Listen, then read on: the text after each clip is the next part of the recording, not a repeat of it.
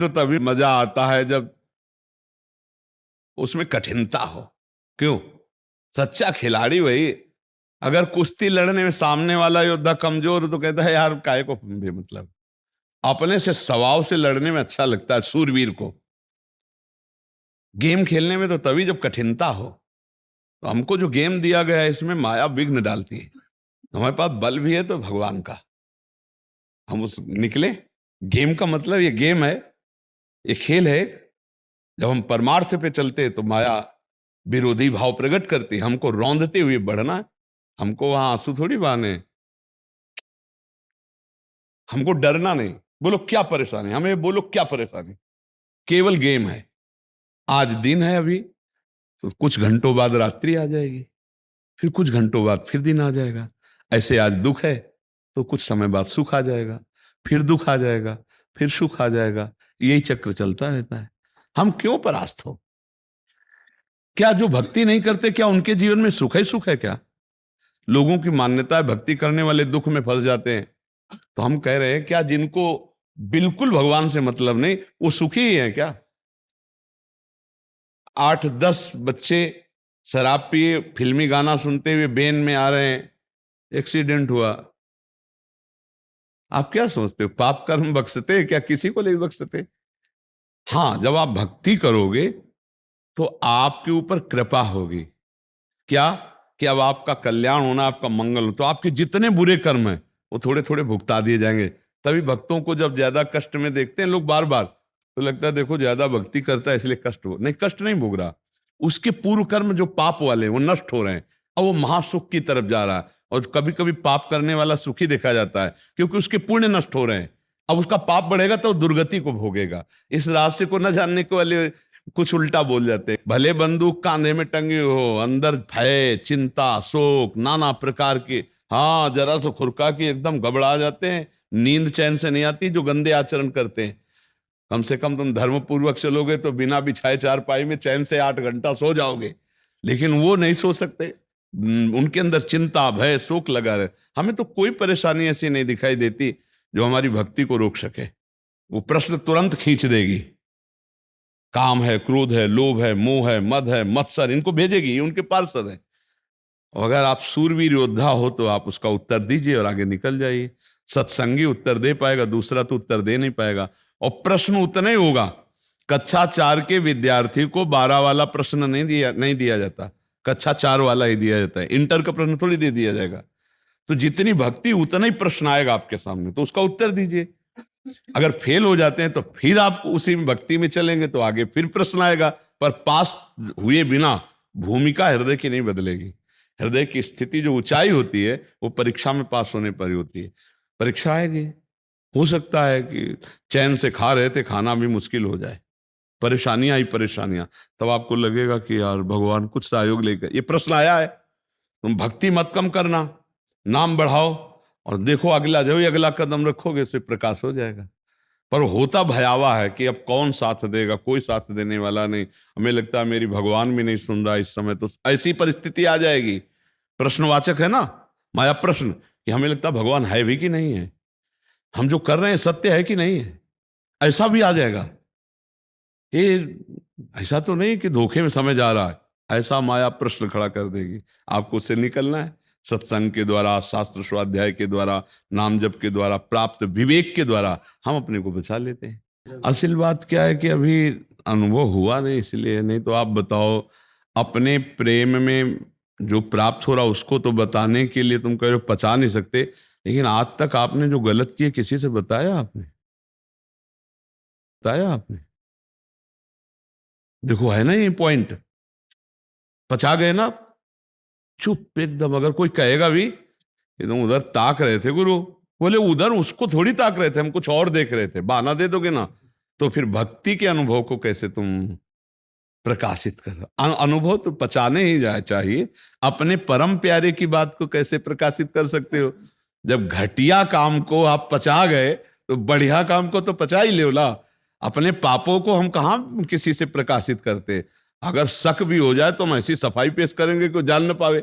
ऐसे हमें भक्ति में है कि अपनी अनुभूतियों को छुपा। अगर हमें कोई बात करनी है तो हम गए थे, संत भगवान से बात की थी, उन्होंने ये कहा था, हमको ये साबित नहीं करना कि मेरी स्थिति में है, मेरे अनुभव में है, मेरे बस भगवत चर्चा तो करनी है, संत समागम की बातें तो करनी, पर अपने को ये नहीं दिखाना कि मेरे अंदर कोई खास बात है, अपने को छुपा के ही रखना है। जैसे हम अपने गलत कामों को छुपा गए तो हम अच्छे कामों को भी छुपा ले जाएं तो गलत काम नष्ट हो जाएंगे, हमारे अंदर अच्छाई बढ़ती जाएगी।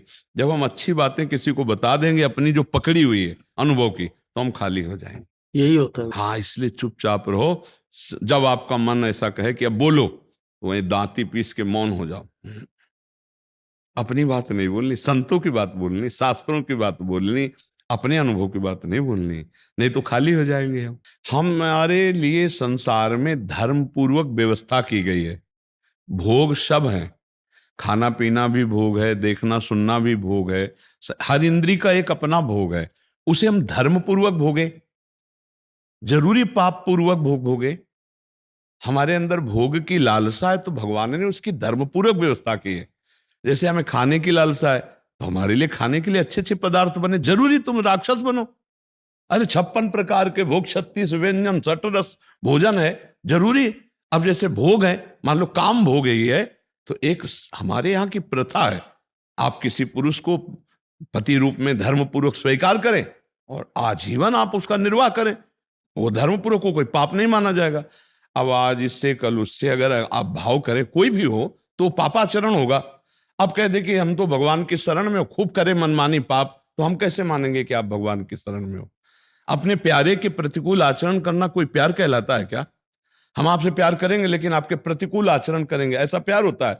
प्यार तो प्यारे के अनुकूल आचरण होता है। मेरे प्यारे को जो पसंद है वही मुझे पसंद है, जो ही प्यारो करे सोई मुहिम। ऐसा कैसे हो सकता है कि हम भगवान के प्रतिकूल आचरण करें, हम भगवान के शरणागत कहलाएं? मुझे तो समझ में कम बात आ रही।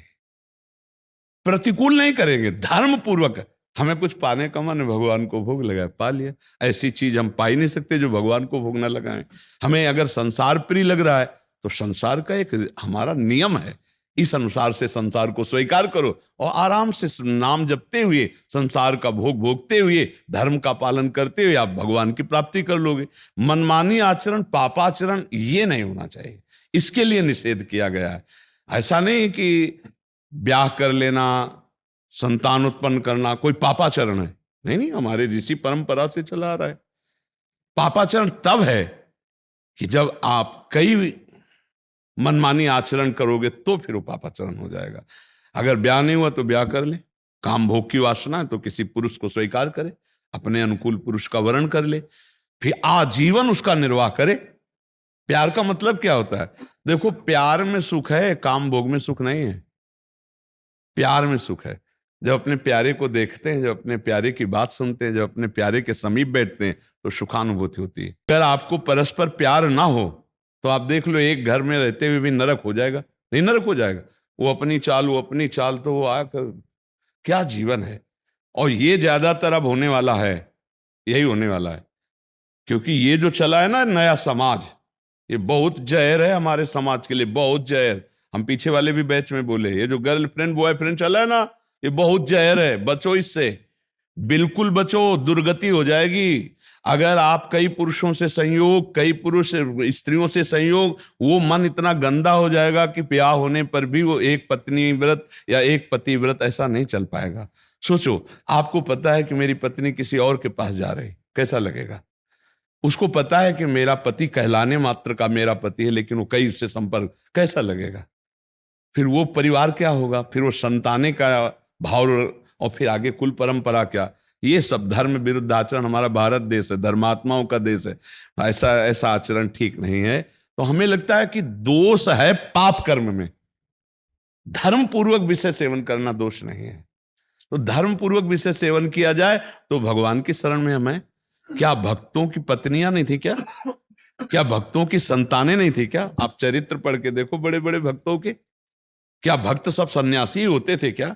गृहस्थ भक्त नहीं हुए? एक से एक महान भक्त हुए। तो धर्म पूर्वक विषय का सेवन किया और भगवान की आराधना की, भगवान को प्राप्त कर लिया। हमारे अंदर काम है, क्रोध है, लोभ है, मोह है, मद है, मत्सर है।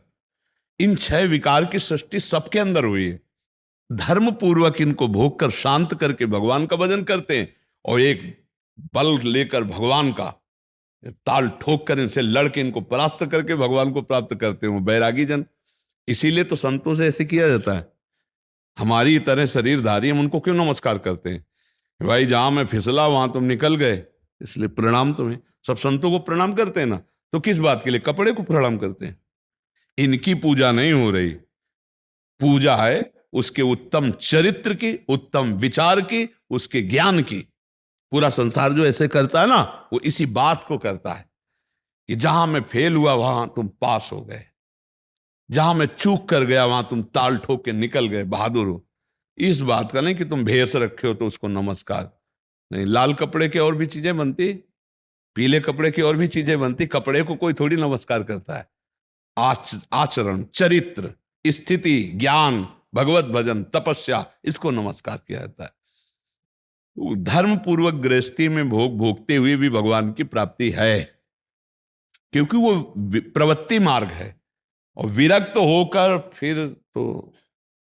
फिर तो गलत हो जाएगा। गृहस्थ तो गृहस्थ, हम इसीलिए कहते हैं जो यहाँ संत बनने आते हैं ना, उनको यही कहते हैं कि अगर स्त्री में थोड़ा भी लगाव है तो सीधे घर जाओ, अपना नौकरी करो, रिक्शा चलाओ, ब्याह करो, बढ़िया भगवान मिल जाएंगे।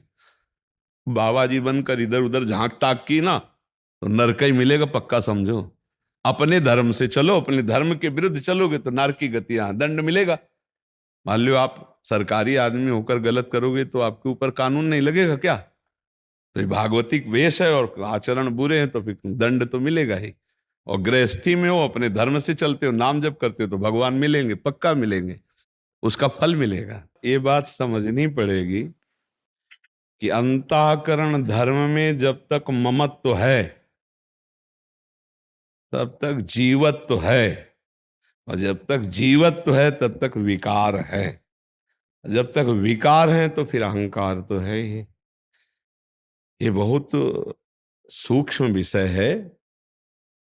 हमारा बंधन हुआ है अंतःकरण ममत्व से, और कोई बंधन नहीं है। ना कभी हमारा बंधन था, ना है, न रहेगा बच्चा। हम भ्रम से अपने को आत्मवत अंतःकरण में तन्मयता करके मना कष्टान इंद्रियाणी प्रकृति स्थान कर सती, बस इसी में फंस गए।